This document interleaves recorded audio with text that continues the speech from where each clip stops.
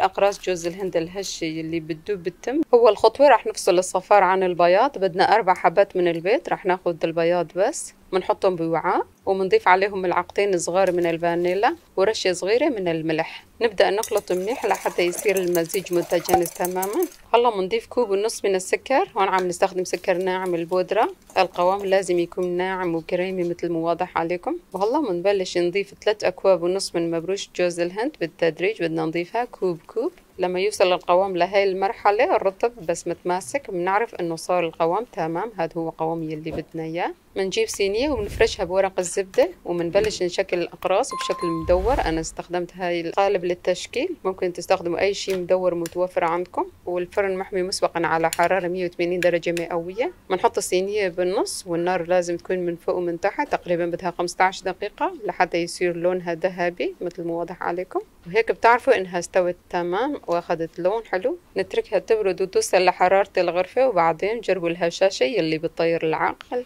ريحة الجوز الهند طالعة بتجنن والطعم خفيف ولذيذ بشكل مو طبيعي. جربوه بالبيت وصدقوني راح تصير من وصفاتكم المفضلة.